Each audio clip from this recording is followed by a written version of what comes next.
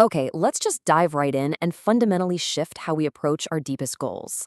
Welcome to The Explainer. Today, we're unpacking a really fascinating framework that completely demystifies why some people hit their absolute highest potential, while others, well, they just seem to constantly spin their wheels, right? We're going to break this down so you can instantly grasp and, more importantly, apply these concepts. We are literally talking about the nuts and bolts of personal achievement, stripped down to its most essential gears. But before we go any further, I want to anchor us with a really quick introspective question. What in your life can you tell me right now that you are proud of? Like, what actually makes you proud today? Seriously, take a genuine second and think about that. Setting these emotional stakes right here, right at the beginning, is absolutely crucial for everything we're about to uncover. Because, the feeling of pride, it isn't just some random byproduct of surviving the day. It's a direct reflection of the inner benchmarks we hold ourselves to. So keep whatever just popped into your head at the forefront of your mind as we go through this. So let's start with part one, the foundation of pride. Which brings us directly to part two, raising your standards. A second ago, we thought about what actually makes us proud. And honestly, that feeling happens because you met or maybe even exceeded a specific target you set for yourself. You aimed for something and boom, you hit it. Well, it turns out we can distill almost all human success and failure down to just one undeniable variable, and that is the standards you set. It's not your background, it's not innate talent, it's not even luck. Think about the standard you accept for your physical health, or, I don't know, how you let your friends treat you. It's essentially an invisible ceiling that you place over your own head. But when you decide to elevate that ceiling, when you decide that the bare minimum is just no longer acceptable for your life, your work, or your relationships, everything else is literally forced to rise up and meet it. Now, part three is what we call the shoulds trap. So I want to slow down a bit here because we really need to carefully examine the first of two paths you can take in life. And this involves that heavy, kind of stuck feeling of should. It's a word we use constantly, right? Almost on autopilot. And yet, it is easily one of the most dangerous words in the human vocabulary when it comes to actually getting things done. If you decide to take action purely because you should do it, I really should go to the gym, or I should probably start that side project, you are falling into a massive trap. Why? Because you're just interested. You aren't fully committed to the process.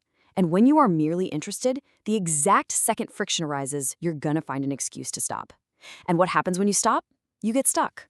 Should is just flimsy. It leaves the back door wide open for retreat. If you only act because you think you should, you aren't committed to the system, and you'll inevitably abandon ship. But amazing things happen when you step onto the second path. Part four, the power of must. Let's look at the clear difference here. On one side, we have should do, where, like we just talked about, you're merely interested, you're super prone to excuses, and you ultimately end up spinning your wheels. But contrast that with must do. This is where you are completely committed. You do it no matter what, and amazing things actually start to happen. When you convert a should do into a must do, you are actively raising your standards. Deciding you absolutely must do something is the exact catalyst for extraordinary outcomes. Actually, scratch that. The difference between these two mindsets isn't just an outcome. It's literally the entire difference between a life of regret and a life of profound pride. And look, this isn't just some cheesy motivational phrasing.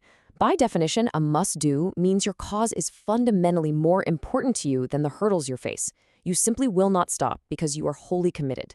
Now, does making something a must mean the hurdles magically disappear? No, of course not. The problems don't just vanish. But instead of viewing them as massive stop signs, they become puzzles to be solved. It's like a parent protecting a child, right? There is no, well, I should probably step in. There is only, I must. And you instantly figure out how to navigate the obstacles. You find an opportunity to improve because the cause literally demands it. This naturally leads us to part five, rituals over routines. Upgrading your standards requires an actual actionable framework. We have to shift how we operate on a daily basis. It's definitely not enough to just verbally declare something a must. You have to wire it into your daily existence. You can't just rely on routines anymore. You must upgrade to dedicated rituals. See, routines are just standard actions. They are the things you do on autopilot while going through the motions. A routine is, say, mindlessly pouring your morning coffee while doom scrolling on your phone. We all do it. But a ritual requires you to fundamentally change your mindset and your focus. A ritual is using those exact same 3 minutes of brewing coffee to mentally map out the one specific thing you absolutely must conquer today. It's an action infused with deep purpose. To maintain that must-do standard, you have to actively engage your focus every single time you execute. There's this quote, Whatever you are looking for, you will find it. It's such a simple yet unbelievably powerful pivot. If you live in the should trap, your mindset is constantly looking for a way out. You're looking for excuses. And guess what? You will absolutely find them. But when you establish dedicated rituals, your focus entirely shifts. You start looking for opportunities to overcome problems. You start looking for ways to improve.